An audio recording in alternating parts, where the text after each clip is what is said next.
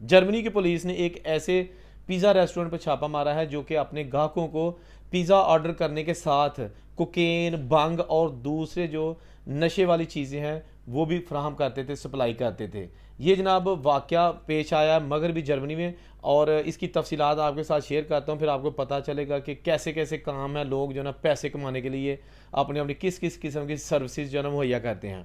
हुआ कुछ यूँ है कि जर्मनी का एक बहुत ही मशहूर मारूफ पिज़्ज़ा रेस्टोरेंट, जिसका पिज़्ज़ा बड़ा मशहूर है, उन्होंने कहा था कि जी हमारा एक स्कीम है, अगर आप ऑर्डर नंबर 40 यानी कि जो मेन्यू है ना उसमें 40 नंबर वाला पिज़्ज़ा ऑर्डर करोगे ना, तो उसके साथ आपको ऑटोमेटिक एक साइड पे पिज़्ज़ा के बॉक्स में कोकेन या भंग, चर्स, मरवाना जो भी आपको चाहिए होगा वो मिल जाएगा। ठीक हो गया। अब क्या किया लोगों ने, जब उन्हें पता चला, यानी ये कोड वर्ड में था कि जी एक पिज़्ज़ा चाहिए 40 नंबर वाला, यानी इस तरह का कोड वर्ड था। कस्टमर को जब पता चला तो उन्होंने जनाब धड़ाधड़ पिज़्ज़ा ऑर्डर करना शुरू कर दिया, 40 number pizza, 40 number pizza. Of course जब एक चीज़ बड़ी मशहूर मारूफ हो जाती है, फिर वो उन्हीं में से जो गाहक होते हैं, उन्हीं लोगों में से जो ना वो शिकायती जो ना वो भी एजेंट बन जाते हैं, और उन्होंने शिकायत कर दी।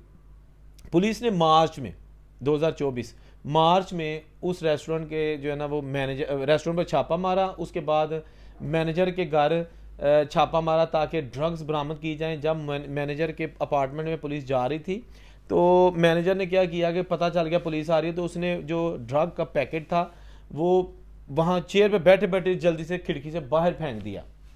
जब बाहर फेंका तो ये फर्स्ट फ्लोर पे था, नीचे पुलिस की वैन खड़ी थी, उसमें कुछ ऑफिसर थे, तो वो ऑटोमेटिक डायरेक्ट पुलिस की गोदी में आ गिरा वो पैकेट जो था, यानी कि पुलिस को नहीं पता था ये क्या है। उन्होंने कहा ये क्या। जब पुलिस ऊपर गई और उन्होंने उसको मैनेजर को अरेस्ट किया, जिसकी उम्र तकरीबन 30 साल थी, उसको लेके नीचे आए, तो फिर पुलिस ने कहा कि ये जो अपने साथियों को कहा कि ये जो ड्रग है ना ये इसी बंदे ने फेंकी है ऊपर से। चलें वो कंफर्म हो गया, लेकिन इन्वेस्टिगेशन इब्तदाई की और उस मैनेजर को 3-4 दिन बाद उन्होंने रिलीज़ कर दिया, रिहा कर दिया। उस मैनेजर ने क्या किया कि उसने कहा कि अब खैर है, एक बार पकड़ा गया हूँ, कोई चार्जेस नहीं लगे, कुछ नहीं हुआ। दोबारा उसने काम शुरू कर दिया और पिज़्ज़ा नंबर 40, पिज़्ज़ा नंबर 40 जो मेन्यू में ऑर्डर था उसकी सेल दोबारा शुरू कर दी। और अब पुलिस ने कहा कि अब हम पक्के और रंगे हाथों आपको पकड़ेंगे।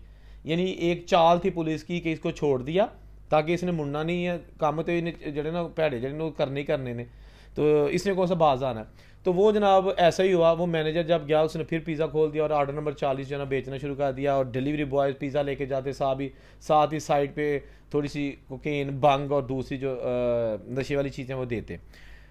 फिर पुलिस ने जनाब पूरा एक गाहक को भेजा वहाँ पे ताकि पता चल सके कि वाकई हम जब छापा मारने लगे हैं तो 100% हमारे पास सबूत है। छापा मारा, वाकई जो है ना वो ड्रग्स बरामद हो गई, पिज़्ज़े में ये चीज़ें शामिल थी, पिज़्ज़े के अंदर नहीं, पिज़्ज़े के साथ। फिर उसके बाद तकरीबन 150 के लगभग जो पुलिस अफसरान थे, जर्मन पुलिस अफसरान, उन्होंने फैसला किया कि अब हम ये छापा मारेंगे, ये ड्रग्स आती कहाँ से है, कहाँ से लेते हैं ये। तो उन्होंने 2 मुख्तलिफ जो शहर है वहाँ पर छापा मारा और एक जगह तकरीबन 300 भंग के पौधे बरामद किए गए, एक जगह 60 पौधे थे। तो इस तरह जो है ना वो काफ़ी जो है ना मरवाना और इस तरह की चीज़ें जो है ना वो उनको वहाँ से मिली, और उन्होंने वहाँ पर 8 बंदों को पकड़ा। उनकी निशानदेही पर 3 बंदे गिरफ्तार कर लिए, यानी 8 बंदों को वैसे हिरासत में लिया और उनसे पूछगिछ की, तो उन्होंने 3 बंदों के नाम लिए विद प्रूफ। तो पुलिस ने उन 3 बंदों को अरेस्ट कर लिया, और जो 3 बंदे अरेस्ट हुए थे उसमें एक 22 साल का नौजवान भी था, और बताया जाता है कि ये जो 22 साल का नौजवान था यही इस सारे गैंग का सरगना था। अब अंदाज़ा करें कि साढ़े जो जमाना से ਅਸੀਂ 22 साल के नक नहीं सा पहुँच सकते, तो उत्थे जनाब जर्मनी ਦੇ ਵਿੱਚ ड्रग का सरगना बनया था 22 साल का मुंडा। ठीक है ना, देखो तुसी काम चेक करो गोरियां ने।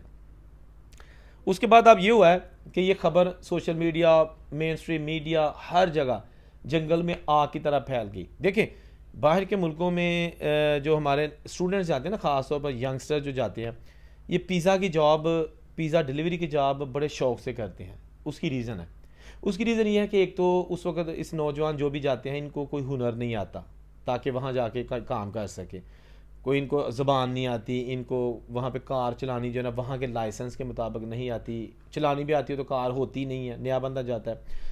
तो वो ये ना साइकिल लेते हैं और उसके बाद साइकिल पर जनाब जो मुख्तलिफ़ किस्म की जो डिलीवरी कंपनीज हैं उनका अकाउंट बनाते हैं और फिर अपना गुजारा बेहतरीन का हो जाता है। अच्छे वाले पैसे जो है ना एक नया बंदा डिलीवरी में कमा सकता है, खा ऑस्ट्रेलिया हो या यूरोप हो।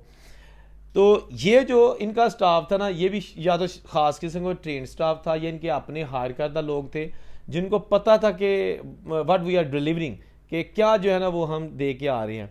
तो अब जनाब आर्डर नंबर 40 याद रखना है जी, 40 नंबर आर्डर जो ना इनू करोगे ना तुसी तो थानू नाल थोड़ी चर्स भी मिलेगी, फीम भी मिलेगी। अल्लाह ताला सबको ऐसी जो बुरी आदत है या बुरी चीज़ें हैं उससे बचाए। बी केयरफुल, जब भी पिज़्ज़ा ऑर्डर करें सोच समझ के करना, क्योंकि इस वक्त पूरे जर्मनी में एक ऑपरेशन जारी कर दिया गया है ताकि जितने भी लोग हैं इस तरह की हरकतें कर रहे हैं या खाने पीने की फूड की जो डिलीवरी है उसकी आड़ में काम कर रहे हैं उनके खिलाफ गिरफ्तार किया जाए। इसके साथ साथ वो ऐसे लोग जो कि रेस्टोरेंट्स, जिनके अपने रेस्टोरेंट्स हैं, खा वो इटालियन रेस्टोरेंट है, देसी रेस्टोरेंट है, या कोई कार वाश है, या कोई कन्वीनियंस स्टोर है, बुचरी की शॉप है, या फिर कोई और बिजनेस है, छोटा बिजनेस टेक अवे जिस तरह कबाब शॉप्स होती है, वहाँ पर जो इलीगल गैर कानूनी तौर पर बंदे जॉब करते हैं उन बंदों के खिलाफ भी पूरे यूरोप में जो है ना एक शिकंजा तैयार किया जा रहा है। और ऐसे रेस्टोरेंट्स मालकान या जो बिजनेस ओनर्स हैं जिनको पता है कि हमारे पास जो बंदे काम कर रहे हैं 6 बंदे, इनमें 3 ऐसे हैं जिनके पास वीज़ा नहीं है या वो इलीगल है, तो उन ऑनर्स के खिलाफ भी ऑपरेशन जो है वो तेज़ किया जा रहा है। उनको जुर्माने किए जाएंगे 20,000 यूरो। अगर एक मालक ने किसी गैर कानूनी बंदे को काम पे रखा तो पूरे यूरो में तकरीबन 20,000 यूरो उस मालक को जुर्माना किया जाता है। लेकिन जो पकड़ा जाए गैर कानूनी के तौर पर काम करता उसकी सज़ा अलग है, उसको तो उसी वक्त डिटेन कर लेंगे ना डिटेंशन सेंटर में। अभी रिसेंटली मैंने अक्सर बताया अपनी वीडियोज़ में कि यूके में बड़े पैमाने पर ऑपरेशन किया गया है, तकरीबन 12-13 इंडियन रेस्टोरेंट्स के मालकान को जुर्माने, हैवी जुर्माने किए गए हैं। और एक चाइनीज़ रेस्टोरेंट था जिसको तकरीबन 4 लाख पाउंड, ये कोई छोटी रकम नहीं है, करोड़ों में बनती है, जुर्माना किया गया। उसके पास भी गैर कानूनी तौर पर जो लोग यूके में थे उन्होंने उनको एज अ स्टाफ हायर किया हुआ था। जो देसी रेस्टोरेंट्स हैं, किसी का मालिक अफ़गानी है, किसी का पाकिस्तानी है, किसी का इंडियन है, तो वो जनाब उनको भी पकड़ा गया है। कुछ ऐसे थे, एक बुचरी शॉप थी, 2 कार वाश थे। कार वाश पे ऐसा था कि कुछ इलीगल लोग थे और वो कार वाश के जो स्टोर रूम है ना जहाँ जूते रखते हैं, वाइपर रखते हैं, वहाँ पे सोते थे। जगह भी उनके पास नहीं थी। उन्हें पता था कि शहर में जाएंगे, शहर में रहेंगे, लोग पूछेंगे तेरे को केड़ा वीज़ा है, कौन से वीज़े पे हो, काम कहाँ करते हो, तो बेहतर यह है कि आप किसी से मिलो ही ना। तो वो उसी बसीदा और गंदी जगह पर सोते थे और उनको काम पे जो है ना वो मिलते थे। जो मिनिमम वेजेस थे ना यूके में वो 11.44 पाउंड्स 1 घंटे की, लेकिन उनको मिलते थे 4-5 पाउंड्स 1 घंटे के, और काम भी अनलिमिटेड। शुरू करने का टाइम है, ख़त्म होने का कोई टाइम नहीं, वो भी पकड़े गए। तो अब जो बाहर के मुल्कों के हालात हैं ना वो किसी लिहाज से मैं कह सकता हूँ कि ज़्यादा अच्छे नहीं हैं आजकल। इस बात से वो लोग इत्तेफाक करेंगे जो ऑलरेडी बाहर के मुल्कों में हैं। जो लोग अभी बाहर नहीं गए वो कहेंगे देखो जी आप ही बाहर चले गए सानू जरा ना वो डिसहार्ट कर देने पे, सानू कहते हैं बाहर हालात नहीं ठीक है। भाई आप जाओ, आपको ये नहीं कह रहे कि आप ना जाओ, लेकिन जहनी तौर पर तैयार होकर जाना कि प्लेट च पा के ना जॉब मिलनी जे, प्लेट च पा के ना पेपर मिलने जे, तो ना ही नौकरी कोई इस तरह की हैगी है। वहाँ जाके बड़ी स्ट्रगल है। ईवन के पहले नंबर पे घर और रिहाइश तलाश करना ही by itself a problem.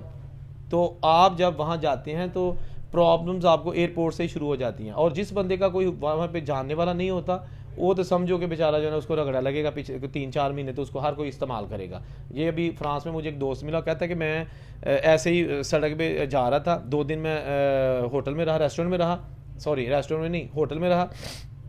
तो वहाँ पर मुझे एक पाकिस्तानी मिला, मैंने कहा यार आपके पास कोई शेयरिंग में जगह है, तो वो मुझे अपने ले गया अपने डेरे पे, क्या आओ जी मेरे पास चले जाओ। वहाँ हम गए तो वहाँ 6-7 लोग एक घर में रहते थे, शेयरिंग में, पाकिस्तानी थे। तो कोई मंडी का था, कोई जेलम का था और कोई गुजरांवाला का था, सारे दोस्त बड़े मोहब्बत से रह रहे थे। कहते मैंने भी वहाँ रहना शुरू कर दिया और मैंने कहा कि यार मुझे कोई जॉब पे लगाओ, तो उन्होंने कुछ जो है ना 4 दिन मुझे अपने रंग के काम पे ले गए। लेकिन मैं कोई किचन का काम करना चाहता था, मेरे पास तजर्बा था, रेस्टोरेंट में काम करना चाहता था। एनीवेज वो कहता है कि उन्होंने मुझे नहीं जाने दिया, वो कहते हैं इतने रहो कुछ नहीं होता ये वो, क्योंकि उनको बंदे की ज़रूरत थी। तो बहरहाल उनको जो है ना बंदे की ज़रूरत थी, इसको घर की ज़रूरत थी, तो इसने कहीं और जगह जाके साइलम भी करना था, लेकिन इसको उन्होंने नहीं जाने दिया कि यार इतने रो तेरा सारा काम कर देंगे। 6 महीने उसको यूज़ किया, वहाँ रहने के बाद में कहता तेरा भाई कुछ नहीं होना, तू चला जा वरना तेरे फड़ा देंगे। मकसद ये है कि बहुत सारे लोग हैं जो एक दूसरे की हेल्प करते हैं, थोड़े से लोग हैं जो यूज़ करते हैं, हेल्प नहीं करते और वो सारी कम्युनिटी को बदनाम करते हैं। बहरहाल मुख्तर ये कि जो भी लेटेस्ट अपडेट्स होती हैं इसी चैनल्स पर आपको मिलेंगी। साथ इस दुआ के कि अल्लाह ताला सब की मुश्किलात आसान करे। कोशिश ये करता हूँ कि आपको रियलिटी दिखाऊँ, सब्ज़ बाग ना दिखाऊँ, सब्ज़ बाग सिर्फ दिखाना जो है ना लोगों को गुमराह करने के मुतरादिफ है। अच्छी चीज़ें भी बाहर की दिखाता हूँ और जो स्ट्रगलिंग है या बुरी चीज़ें हैं वो भी आपको दिखाता हूँ, उसके बाद फ़ैसला आपका होता है। अल्लाह ताला आपका हामी नासर हो। अल्लाह हाफ़िज़।